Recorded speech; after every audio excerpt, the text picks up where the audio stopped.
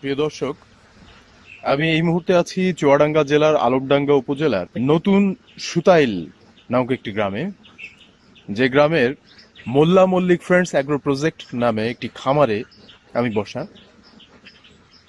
এই খামারের সফল উদ্যোক্তা এবং তিন বন্ধুর একজন, যে তিনজন এই খামারটি পরিচালনা করছেন তাদের একজন লিমন মল্লিক।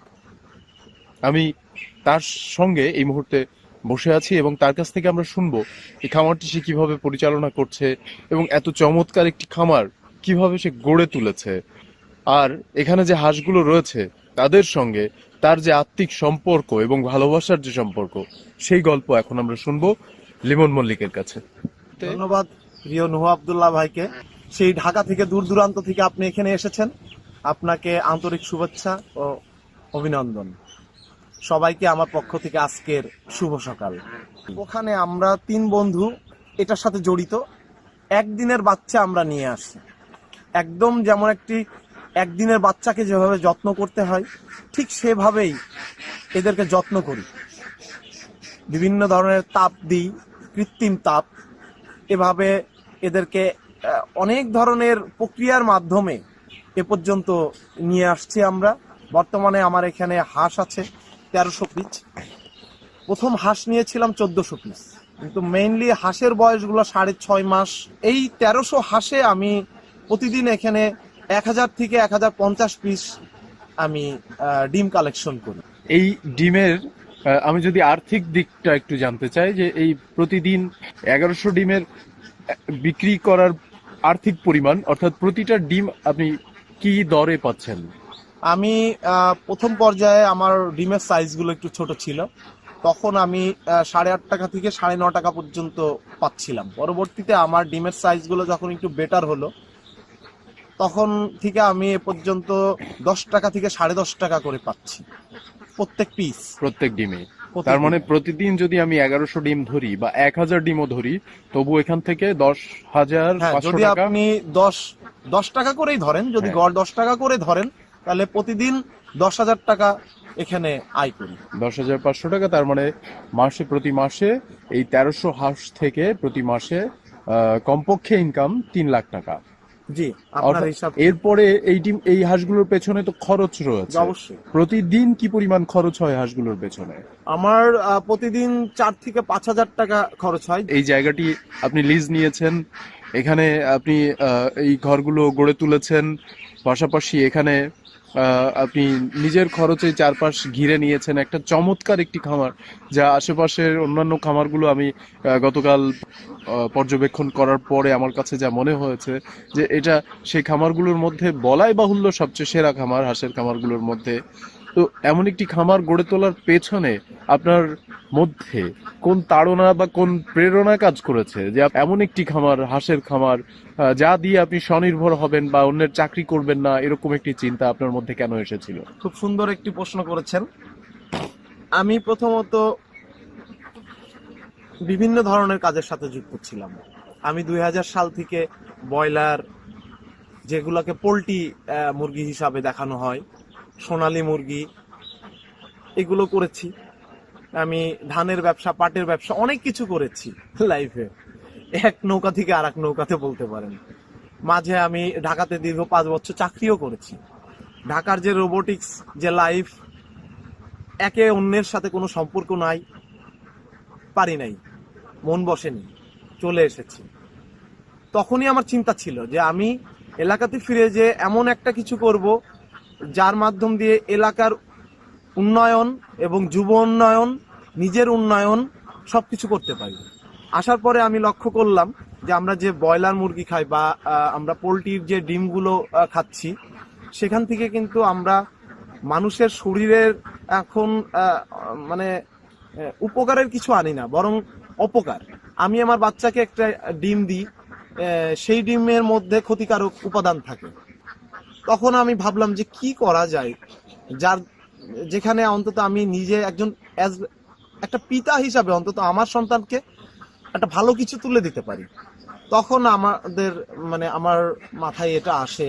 তারপরে আমি আমার বন্ধুদের সাথে আলাপ করি, কারণ এটা এমন একটা ফার্ম, এমন একটা কাজ একেবারে একা নিয়ন্ত্রণও করা যায় না, লেবার লাগবেই। তো সেখানে লেবারের জায়গায় যদি আমার একটা প্রাণপ্রিয় বন্ধু যদি বা পার্টনার যদি এখানে হেল্প করে, তখন বিষয়টা আরো সহজ হয়ে যায়। এরপরে আমি চিন্তা ভাবনা নিই, আমার বন্ধুদেরকে সাথে নিয়ে এখানে প্রজেক্ট আমরা গড়ে তুলি। এই হাঁসগুলো কিন্তু প্রাকৃতিকভাবে এখানে চলাফেরা করে, এদের খাদ্যগুলোও প্রাকৃতিক। একেবারে যে আমরা ফিড দিই না তা না, খুবই কম পরিমাণে ফিড দেওয়া হয়, যেটা ওদের পুষ্টিটাকে, ওদের শরীরের ক্যালোরিটাকে ধরে রাখে। বাকি কিন্তু ওরা প্রাকৃতিক খাদ্যের উপরেই নির্ভরশীল। অতএব এই হাঁস থেকে যেটা পাওয়া যাচ্ছে, যে ডিমটা পাওয়া যাচ্ছে বা হাঁসের যে মাংসটা, মানুষের শরীরের জন্য যথেষ্ট উপকারী, ক্ষতিকর দিক একেবারে নেই বললেই চলে। আমরা এরই মধ্যে লিমনের আর একজন সহকর্মী যার নাম মীর লিন্টু, আমরা মীর লিন্টুর কাছ থেকেও এই খামারের কিছু ব্যাপার সম্পর্কে জানতে চাইব। আমি জানতে পারলাম যে আপনারা 3 বন্ধু রয়েছেন, আপনি, লিমন এবং রিপন, 3 জন। বলা হয় যে অংশীদারের ব্যবসায় বা অংশীদারের কাজে এক ধরনের সমস্যা তৈরি হয়, অনেক সময় বিরোধ তৈরি হয়, মনোমালিন্য হয়, বা কাজটা ঠিক মতো এগোয় না। এ ভাবে যে ওর কাজ, এটা আমার না, ও ভাবে যে ওর কাজ, এটা আমার না। এরকম কোনো কিছু কি আপনাদের এখানে হয়? আমি যতদূর জানতে পেরেছি আপনারা 3 জন অত্যন্ত আন্তরিকতার সঙ্গে এই কাজটা করে যাচ্ছেন এবং পারস্পরিক সহযোগিতা রয়েছে। বিশেষ করে লিমন যখন কথা বলছিলেন আমার সঙ্গে, তখন লিমন খুব করে প্রশংসা করছিলেন, বিশেষ করে যে আপনার কথা যখন বলছিলেন যে আপনি খুব পরিশ্রমী একটা ছেলে, প্রচুর পরিশ্রম করেন এখানে, এবং আপনার পরিশ্রমের অবদান ও চমৎকার ভাবে মানে আমার কাছে বারবার স্বীকার করছিল, নিজে থেকেই বলছিল। আপনার কাছ থেকে কি এরকম রিপন বা লিমন সম্পর্কে মন্তব্য কেমন আশা করব, আপনি যদি একটু বলেন। না, আমরা আমরা যে কাজটা এখানে করি, আমরা 3 জন একই সমন্বয় করে 3 জনা যুক্তি পরামর্শ করে কাজটা করি। আল্লাহর রহমতে আমাদের 3 জনের ভিতরে কোনো সমস্যা দেখা দেয় নাই, এবং দেখা হয়তো এই ধরনের কোনো সমস্যা দেখা যাবেও না। আমরা খুব ভালোভাবে এই প্রজেক্টটা গড়ে তুলেছি। ইনশাল্লাহ আমরা আরও সামনের দিকে আরও কিছু করার জন্য এগিয়ে যাব। আমরা এখন যাব খামারগুলো থেকে ডিম সংগ্রহ করতে। সারা রাত হাঁসগুলো ডিম পেড়েছে, আমরা সেই ডিম এখন কিভাবে সংগ্রহ করা হচ্ছে তা দেখতে খামারের ভিতরে ঢুকবো। হাসিব কিন্তু আমাদের এখানকার লেবার না অবশ্য। হ্যাঁ। হাসিবকে মানে যথেষ্ট আদর করি, ভালোবাসি, ও মাঝে মধ্যে ওর টানে চলে আসে।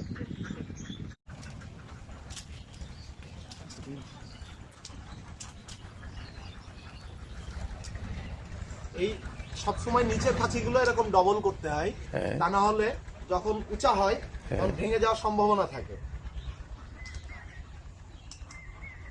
আমরা জানি একটা খাঁচিতে 30টা ডিম রাখা যায়। আমরা দেখতে পাচ্ছি শুধু একটা জায়গা থেকেই লিমন খাঁচিটা প্রায় ভর্তি করে ফেলেছে।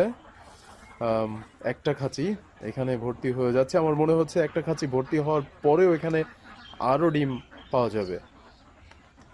হ্যাঁ, ইতিমধ্যেই খাঁচিটা ভরে গেছে।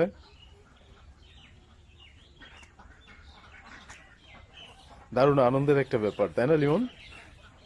খুব আনন্দের বিষয় যে শ্রম, যে পরিশ্রম একভাবে 5 মাস আমরা দিয়েছি। একটা খাঁচি ইতিমধ্যে ভরে গেছে, আরেকটা খাঁচি সাজাতে যাচ্ছে লিমন। একই জায়গা থেকে এই ডিমগুলো সংগ্রহ করছে। এর মধ্যে আমরা দেখি এখানে লিন্টু ইতিমধ্যেই মাত্র একটা জায়গা থেকে ডিম সংগ্রহ করে একটা খাঁচি ভর্তি করে ফেলেছে, আরেকটা জায়গা থেকে ডিম সংগ্রহ করছেন। সেখানে আরেকটা খাঁচি ভর্তি হওয়ার পথে।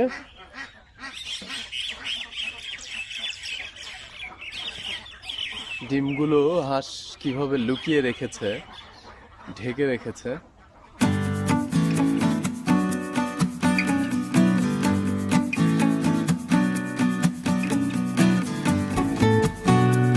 হাসিবও অনেকগুলো ডিম সংগ্রহ করেছেন। একটা খাঁচি এখানে, আরেকটা খাঁচি এখানে হাসিব ভর্তি করেছে।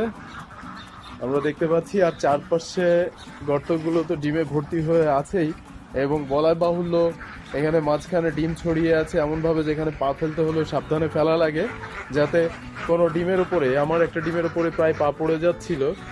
এখানে প্রত্যেকটা জায়গায় কোনায় কোনায় যেখানে ডিম জমে আছে আমরা সেই জায়গাগুলো দেখতে পাচ্ছি।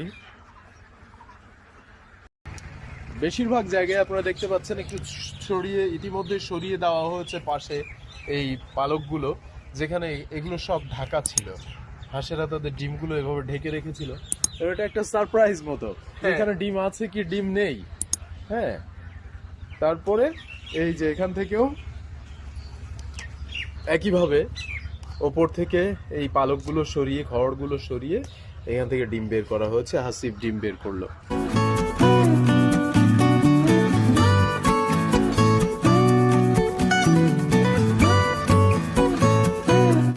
এখন আমরা রিপনের কাছে যাচ্ছি। রিপন, কেমন আছেন আপনি? জি আলহামদুলিল্লাহ। তিনজনে একসঙ্গে কাজ করতে কেমন লাগছে? তিনজনের একসাথে কাজ করে আসলে খুবই মজা লাগছে, যেহেতু আমরা তিনটা ফ্রেন্ড, আসলে পার্টনার না, আমরা তো শুরু করছি আর কি ফ্রেন্ড হিসাবেই। ইনশাল্লাহ আগামীতে ভালো কিছু করব এই আশাই রাখছি। আমি ইতিমধ্যেই জানতে পেরেছি যে আপনি অত্যন্ত পরিশ্রমী একজন মানুষ, এবং আপনাদের মতো যুবকেরা বর্তমানে বাংলাদেশে অনেক হতাশাগ্রস্ত যুবকের কাছে আদর্শ হিসাবে ইতিমধ্যে প্রতিষ্ঠিত, এলাকায় প্রতিষ্ঠিত। আমি চাই সারা দেশের মানুষ এই ব্যাপারটা জানুক, এবং সারা দেশের মানুষ আপনাদেরকে আদর্শ হিসাবে গ্রহণ করুক। আমি আপনার কাছে এই যে এতগুলো কর্মকাণ্ড পরিচালনা করা এবং কিভাবে এটা সম্ভব হচ্ছে সেই কথাটা একটু জানতে চাই। আসলে কঠোর পরিশ্রমের মাধ্যমে সবকিছু করাই সম্ভব। উদ্যোগ থাকলে পারেই একটা যুবক ইচ্ছা করলে পারে তার উন্নতির দ্বারপ্রান্তে যেতে পারে। আমি ডিশের বিজনেস করি, পাশাপাশি আমার একটা দোকান আছে। নেক্সট ভাবলাম আসলে এককভাবে কিছু না করে, মানে কাছের ফ্রেন্ড বন্ধু এদেরকে নিয়ে একটা কিছু করি, যেটা ভবিষ্যতে বেকার যুবকদের জন্য একটা উৎসাহ হবে। সেক্ষেত্রে লিমন আমার খুব কাছের একটা ফ্রেন্ড। বিগত 4 বছর আগে ওর সাথে আমার একটা পার্টনারশিপ বিজনেস ছিল, সেখান থেকে আমার ভালো লাগছে। তারপরে আস্তে আস্তে ভাবলাম যে আসলে আমরা দুইজন, সাথে আরও কেউ যদি ইনক্লুড হয় আমাদের কাছের এবং আত্মার বন্ধু, সেক্ষেত্রে লিন্টুকে সিলেক্ট করছি, এবং সেখান থেকে আমাদের এই উদ্যোগ। এখন মোটামুটি আমরা 3 বন্ধু মিলে এই পর্যন্ত এসেছি। আচ্ছা, বিশেষ করে এই পয়েন্টে একটা জিনিস আমি জানতে চাইবো। আমি শুনেছি যে আপনারা প্রত্যেকেই একরকম খালি হাতেই নিজেদের কর্মকাণ্ড শুরু করেছিলেন, নিজেদের প্রতিষ্ঠার জন্য সংগ্রাম শুরু করেছিলেন। মানে বিশ্বাস ছিল, বিশ্বাস থেকেই 3 বন্ধুর হাত একত্রে হওয়ার পরেই এক শক্তি এক জায়গায় হওয়ার পরে আমরা এটা রূপ দিতে পারছি। আসলে উদ্যোগটাই ছিল, মনোবলটাই ছিল আমাদের প্রধান বিষয়, আর সেই মনোবল থেকেই আজকে আমরা এই জায়গায়। অনেক ধন্যবাদ। আমি আশা করব যে আপনাদের মতো করে দেশের প্রতিটা যুবক এবং তরুণের মনোবল বেড়ে উঠুক, তারা প্রত্যেকে স্বাবলম্বী হোক, দেশের প্রত্যেকটা জায়গায় এমন করে সক্ষমতা তৈরির মাধ্যমে পুরো দেশ অনেক বেশি উন্নত হয়ে উঠুক, দেশের সকল যুবকের সম্ভাবনা প্রকৃত অর্থে শক্তিতে পরিণত হোক। শুভকামনা আপনাদের জন্য, সবার জন্য শুভকামনা।